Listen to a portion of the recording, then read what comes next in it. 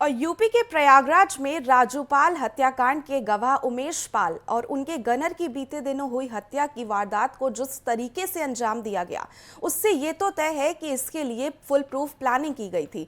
लेकिन इस हत्या ने लगभग 1.5 दशक तक पहले होने वाले गैंगवार की याद दिला दी है। और ये अलग बात है कि योगी आदित्यनाथ ने सदन में माफियाओं को मिट्टी में मिलाने की भी बात कही थी, लेकिन ऐसी वारदातें अपराधियों के हौसले को बुलंद बनाने का काम करती हैं। देखिए एक खास रिपोर्ट।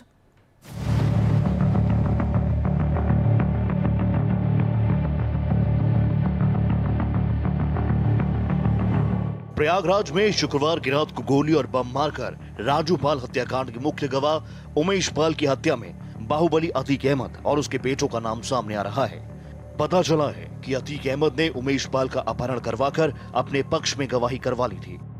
25 जनवरी 2005 को बसपा विधायक राजूपाल हत्याकांड में मुख्य गवाह रहे उमेश पाल की गवाही 2006 में कराई गई थी।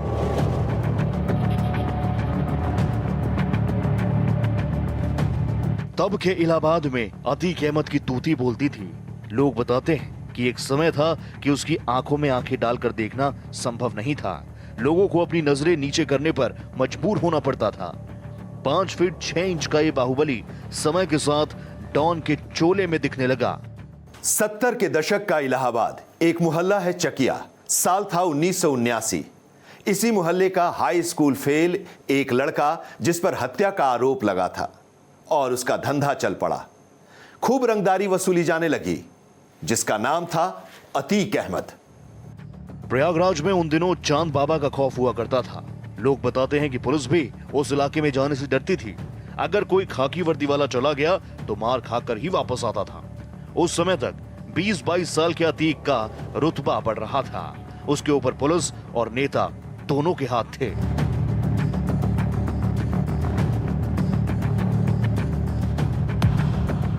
उन्नीस सौ 1989 में यूपी में विधानसभा के चुनाव में इलाहाबाद पश्चिमी से अतीक ने निर्दलीय पर्चा भरा। सामने था चांद बाबा। चांद बाबा और अतीक में कई बार गैंगवॉर हो चुकी थी। चुनाव जीतकर अतीक अहमद विधायक बन चुका था। कुछ ही महीनों बाद बीच चौराहे पर चांद बाबा की हत्या की गई। लगातार चले गैंगवॉर में धीरे धीरे चांद बाबा का पूरा गैंग खत्म हो गया। चांद बाबा की हत्या के बाद अतीक का खौफ इस कदर फैला कि लोग इलाहाबाद पश्चिमी सीट से टिकट लेने से खुद ही मना कर देते थे। अतीक निर्दलीय लड़कर 1991 और 1993 में लगातार चुनाव जीता। इसके बाद समाजवादी पार्टी से उसकी नजदीकी बढ़ी।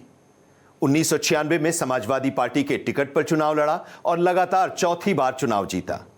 इसके बाद उसने अपना दल का हाथ थामा और प्रतापगढ़ से चुनाव लड़ा, लेकिन वो जीत नहीं पाया।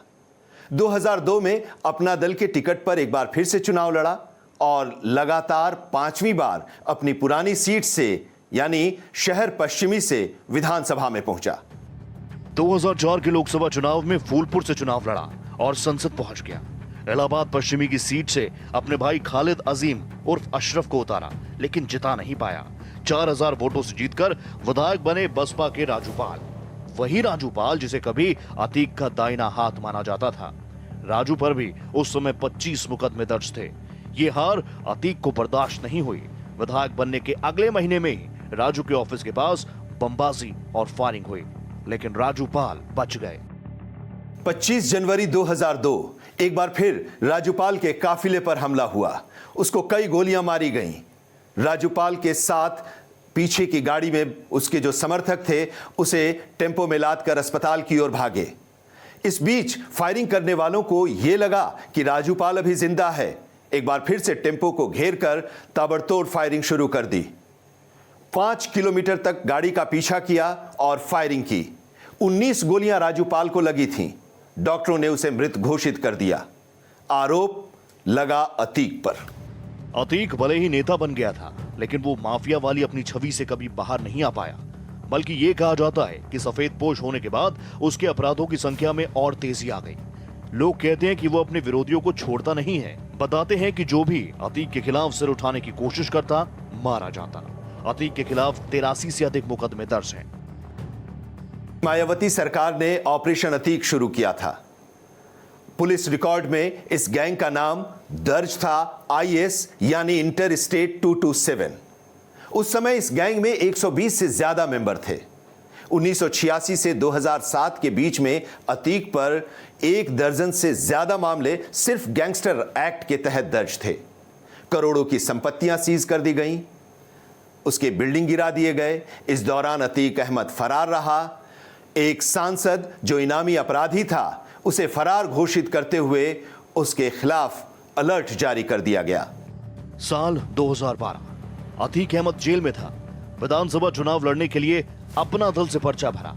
इलाहाबाद हाईकोर्ट में बेल के लिए अप्लाई किया, लेकिन अतीक की दहशत ऐसी कि हाईकोर्ट के 10 जजों ने केस की सुनवाई से ही खुद को अलग कर लिया। 11वें जज सुनवाई के लिए राजी हुए और अतीक को बेल मिल गई। सपा मुखिया मुलायम सिंह यादव एक बार फिर से अतीक पर मुलायम हो गए। सुल्तानपुर से टिकट दे दिया। विरोध हो गया पार्टी में, लेकिन टिकट बरकरार रहा। आज हम इस घटना की याद आपको इसलिए दिला रहे हैं क्योंकि अतीक अहमद एक बार फिर से चर्चा में है। यूपी की योगी आदित्यनाथ की सरकार पहले से ही अतीक अहमद पर शिकंजा कस रही है। अतीक अहमद की करीब 60 करोड़ की 7 संपत्तियों की कुर्की पहले ही की जा चुकी है। इससे पहले 3 साल से फरार अतीक अहमद के छोटे भाई और पूर्व विधायक खालिद अजीम की गिरफ्तारी भी हो चुकी है। अब एक बार फिर अतीक, उसकी बीवी, उसके भाई और बेटों पर मुकदमा दर्ज हो गया है। सियासत की आड़ में अतीक अपना आपराधिक साम्राज्य मजबूत करता रहा। यही वजह है कि उसके ऊपर दर्ज अधिकतर मुकदमे विधायक सांसद रहते हुए दर्ज हुए।